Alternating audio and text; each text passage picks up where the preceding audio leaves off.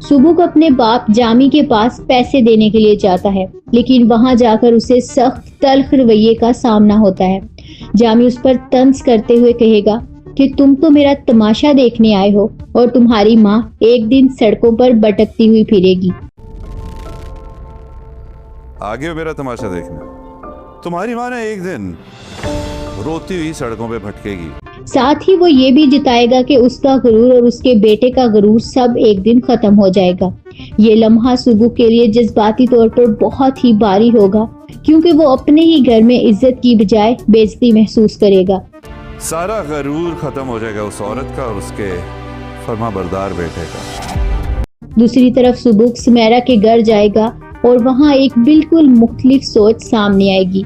वो सुमेरा से कहेगा कि वो चाहता है कि उसकी वालदा अब अपनी जिंदगी अपने लिए जिए।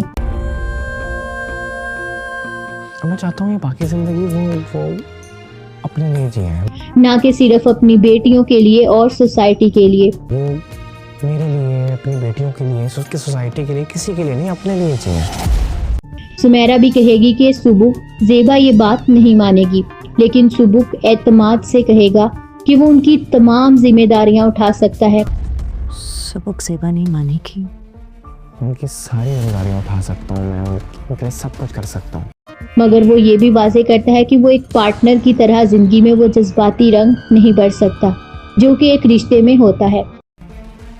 लेकिन जो प्यार, जो सपोर्ट, जो रंग एक पार्टनर की जिंदगी में भर सकता है वो मैं नहीं कर सकता। इसलिए वो ये चाहता है कि उसकी वालदा को एक कफील मिल जाए जो कि उनका सहारा बन सके।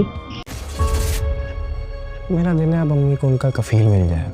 इस कहानी में पॉजिटिव पहलू ये है कि ये वालदा की आज़ादी, खुद मुख्तारी और जिम्मेदारियों के बोझ से निकलकर अपनी जिंदगी जीने के तसव्वुर को उजागर करती हैं और साथ ही खानदान की जिम्मेदारियों को संजीदगी से दिखाती है।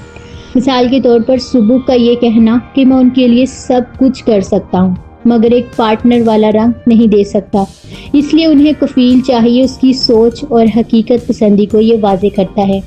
नेगेटिव पहलू ये है कि जामी का इंतहाई सख्त और तौहीन आमेज़ रवैया कहानी में जज्बाती दबाव और तल्खी बढ़ाता है, जिससे फैंस को किरदारों के दरमियान रिश्ता टूटता हुआ महसूस हो सकता है और बाद जगह कहानी की इमोशनल हैवीनेस ज़्यादा लग सकती है।